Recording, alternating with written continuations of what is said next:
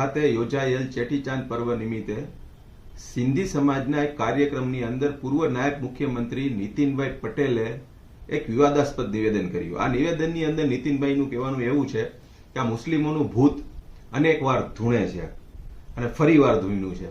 એક બીજી વાત એમણે એ કરી કે ઘણા ખરા મંદિરોને પાડી અને મુસ્લિમોએ મસ્જિદ બનાવી છે। આ બાબતે મારું એવું માનવું છે કે આ નીતિનભાઈ પટેલ છે એ મુસ્લિમોના નામની માળા કરતા લાગે છે। મુસ્લિમો મુસ્લિમો મુસ્લિમો મુસ્લિમો, કારણ કે જે તમારું ઇનપુટ હોય એ જ આઉટપુટ નીકળે। એક વાત નથી સમજાતી કે આ માણસ આટલા જવાબદાર નાયબ મુખ્યમંત્રી જેવા પદ ઉપર આટલો સમય રહેવા પછી આ કોમી વૈમનસ્ય ફેલાય એવી અને જે વાતો ના ભૂતોના ભવિષ્ય જેનું કોઈ અસ્તિત્વ જ નથી આ પ્રકારની વાતો કરી અને બે કોમની વચ્ચે ખાઈ ઉત્પન્ન થાય આવા આમના પ્રયત્ન છે। નીતિનભાઈ પટેલને મારે કહેવાનું છે કે તમે તમારો જન્મ થયો ત્યારથી લઈને આજ સુધીમાં ગુજરાતની અંદર એક એવું મંદિર બતાવી દો કે જેને તોડીને આ મસ્જિદ બની હોય। બીજી વાત એ છે અત્યારે વાત કરવાના વિષયો ઓછા છે અને જો તમારી પાસે વિષય ન હોય તો હું તમને આપું। ગુજરાત રાજ્ય ભૂખમરાની અંદર કેટલામાં નંબર ઉપર છે એની ઉપર વાત કરો, શિક્ષણમાં કેટલા નંબર ઉપર છે એની ઉપર વાત કરો, કેટલા વિદ્યાર્થીઓ ઉપર કેટલા શિક્ષકો છે આની ઉપર વાત કરો, એક માથા દીઠ કેટલું લેણું છે આના ઉપર વાત કરો। આ વાત તમારાથી ન થાય, કારણ કે થાય તો ગુજરાત મોડલનો ફુગ્ગો આખો ફૂટી જાય।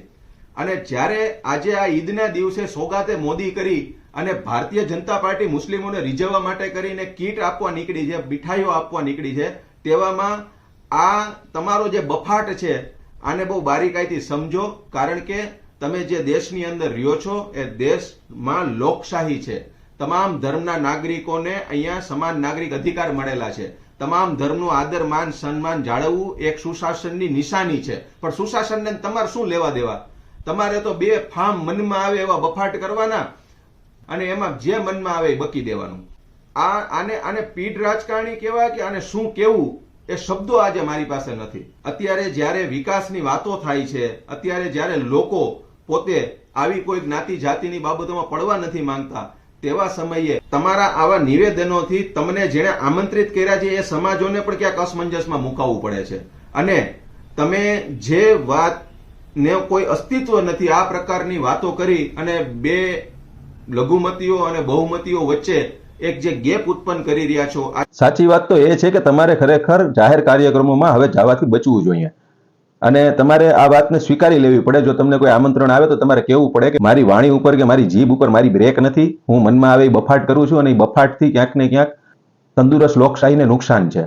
અને આપના નિવેદનમાં આપને એ પણ સમજવાનું છે કે જે બે રાજ્યોને ટાંકીને તમે વાત કરી છે કે એવું અમારે ગુજરાતની અંદર કરવું છે, એ બે રાજ્યના મુખ્યમંત્રીના નામ પણ આપ બરોબર નથી બોલી શક્યા। અને વાત છે અહીંયા મુસ્લિમોના ભૂતને ધૂણાવવાની, તો ગંદી રાજનીતિ માટે કરી અને કોણ આ ભૂતને ધૂણાવે છે એ પણ બધા જાણે છે। આ જ વાત સાથે આપના ભાઈનું સલામ।